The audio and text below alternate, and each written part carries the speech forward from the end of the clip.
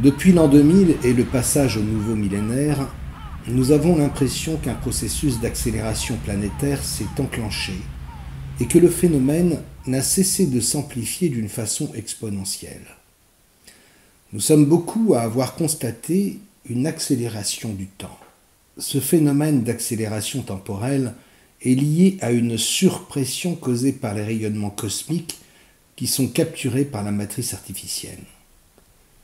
Cette surpression agit en fait sur l'espace-temps. De fait, si le temps accélère, l'espace, lui, se contracte. Voici un exemple révélateur de ce mécanisme avec l'image de la bête. Nous sommes passés de l'image de télévision noir et blanc des années 60 aux images couleur des années 70. Puis nous sommes passés de la qualité des cassettes vidéo qui paraissaient parfaites à celle du DVD qui apportait une qualité incomparable. En fait, l'augmentation de la finesse d'image ne fait que suivre un processus matriciel. Du DVD, nous sommes ensuite passés au Blu-ray, avec une définition d'image dont on disait il y a peu encore qu'elle était insurclassable. Pourtant déjà, apparaît un nouveau procédé, le height frame rate, avec une prise de vue de 48 images par seconde au lieu des 24 images secondes utilisées depuis le début du cinéma. Le premier film à avoir utilisé ce procédé est Bilbo le Hobbit. Cette fois, la qualité colle tellement à la compression réelle de la matrice qu'on a parfois l'impression de traverser le réel en contemplant l'image, et l'action devient si fluide que le spectateur a paradoxalement l'impression qu'elle se fige.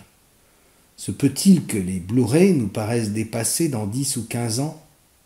Il n'y a pas de limite.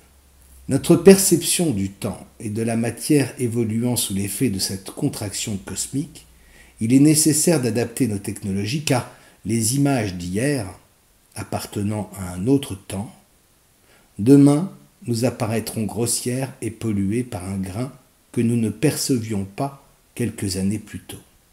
C'est comme si ces images du passé s'éloignaient de nous avec le temps.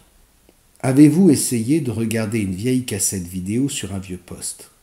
L'image vous paraîtra si médiocre que vous vous demanderez comment vous avez pu vous en satisfaire à l'époque.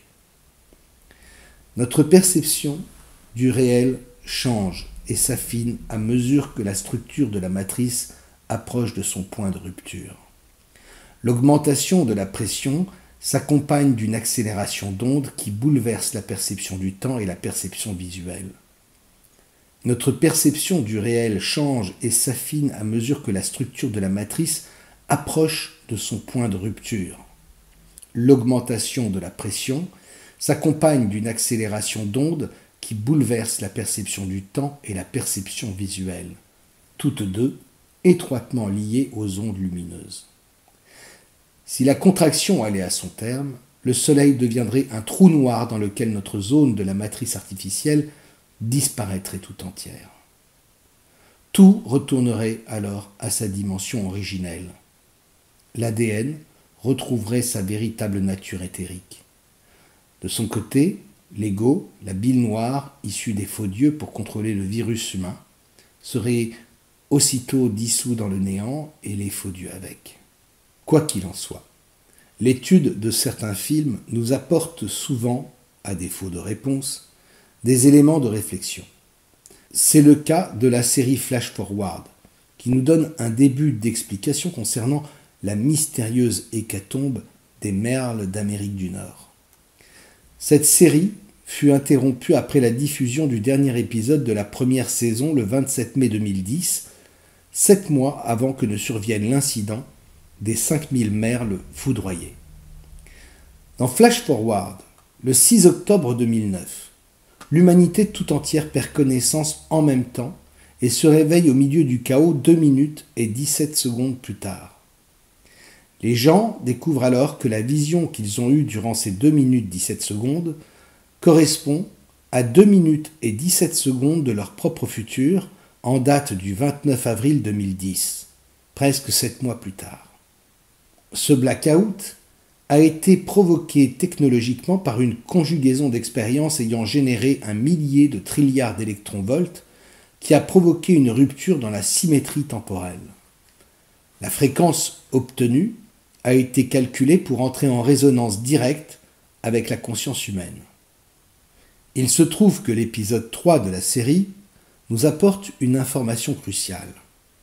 Il existe une espèce d'oiseau sensible au blackout, au même titre que l'homme, les corbeaux. Aux États-Unis, les carouges à épaulettes, ces merles spécifiques à l'Amérique du Nord, sont appelés blackbird, autrement dit oiseaux noirs, comme des corbeaux. Un hasard ? Dans ce cas, comment expliquer ce détail étrange ? L'homme qui, dans Flash Forward, révèle la singularité des corbeaux par rapport au blackout, offre un livre aux enquêteurs. La scène se passe en Allemagne et l'homme est allemand. Or, le livre s'intitule « Birds of North America », les oiseaux d'Amérique du Nord. En quoi cette information pourrait-elle vous aider ? S'interroge le personnage. Seul l'avenir nous le dira, dit-il. Je vous le répète, seul l'avenir nous le dira. Dans la fiction, la réponse ne tarde pas à arriver. L'information sur les oiseaux va en effet permettre aux enquêteurs de découvrir qu'il y a eu un premier essai de blackout à échelle locale 18 ans plus tôt, en octobre 1991, dans un petit village isolé de Somalie. Les habitants s'étaient plaints de perte de connaissance, et là aussi, les corbeaux étaient tombés comme foudroyés au sol. Dans notre réalité, la réponse n'est-elle pas tout entière contenue dans la mort étrange des 5000 blackbirds survenus dans la petite ville de Bibb la nuit du 31 décembre 2010 ? Ce macabre fait divers de la Saint-Sylvestre dans l'État d'Arkansas est-il le résultat d'un test, une répétition en vue de préparer un cataclysme mondial, un blackout ? La croyance populaire nous apprend que les merles, au même titre que les corbeaux, sont des guides ou des messagers. Y a-t-il un message à comprendre dans la série Flash Forward qui comporte 22 épisodes ? 22 épisodes, autant d'épisodes qu'il y a d'arcades majeures dans le tarot divinatoire. Faut-il en conclure que ce blackout planétaire pourrait avoir lieu 18 ans après décembre 2010 ? En décembre 2028 ou en janvier 2029 ? Il est possible qu'à l'image de la série des Lone Gunmen et de son épisode pilote qui a anticipé très exactement la réalité des attentats du 11 septembre 2001, la série Flash Forward recèle un terrible secret touchant directement à l'avenir de l'humanité. À en croire l'affirmation d'un des personnages dans l'épisode 18, il s'agit de quelque chose de terrible qui fera passer le 11 septembre pour un simple carambolage. De fait, si le 11 septembre a marqué l'année 0 du gouvernement mondial, un événement similaire à celui décrit dans Flash Forward, s'il devait se produire un jour, marquerait assurément l'année 0 d'une nouvelle ère pour l'humanité. Dans quel but les producteurs et les auteurs auraient-ils laissé passer des informations si sensibles ? Je l'ignore. Dans l'épisode 21, qui représente la carte du monde dans le tarot de Marseille, un autre personnage, Aaron, apprend la raison pour laquelle des commandos privés ont essayé de tuer sa fille. En fait, la jeune femme a vu en Somalie ce qu'elle n'aurait jamais dû voir. Je cite, « un test pour le blackout mondial ». La seconde qui suit cette réplique, l'image glisse sur un lapin blanc en gros plan. Il va falloir vous habituer à ces rencontres inopinées avec le lapin blanc. Le lapin blanc est en effet le symbole du passeur. Il est celui qui permet de passer d'une dimension à une autre. Il permet à Alice, en la conduisant dans son terrier, d'entrer dans une autre réalité. Il est l'accompagnateur, le guide de ceux qui veulent entrer dans un autre monde ou de ceux qui veulent déchirer le voile pour accéder à la vérité. C'est pourquoi on le retrouve dans Matrix lorsque Neo doit suivre le lapin blanc, cette jeune fille au tatouage sur l'épaule, pour aller au-devant de la vérité et entrer de l'autre côté de la matrice. Dans le film Prédiction de Alex Proyas, les deux jeunes élus, sélectionnés par les extraterrestres et transportés sur une autre planète pour y fonder un nouveau monde, emportent avec eux deux beaux lapins blancs.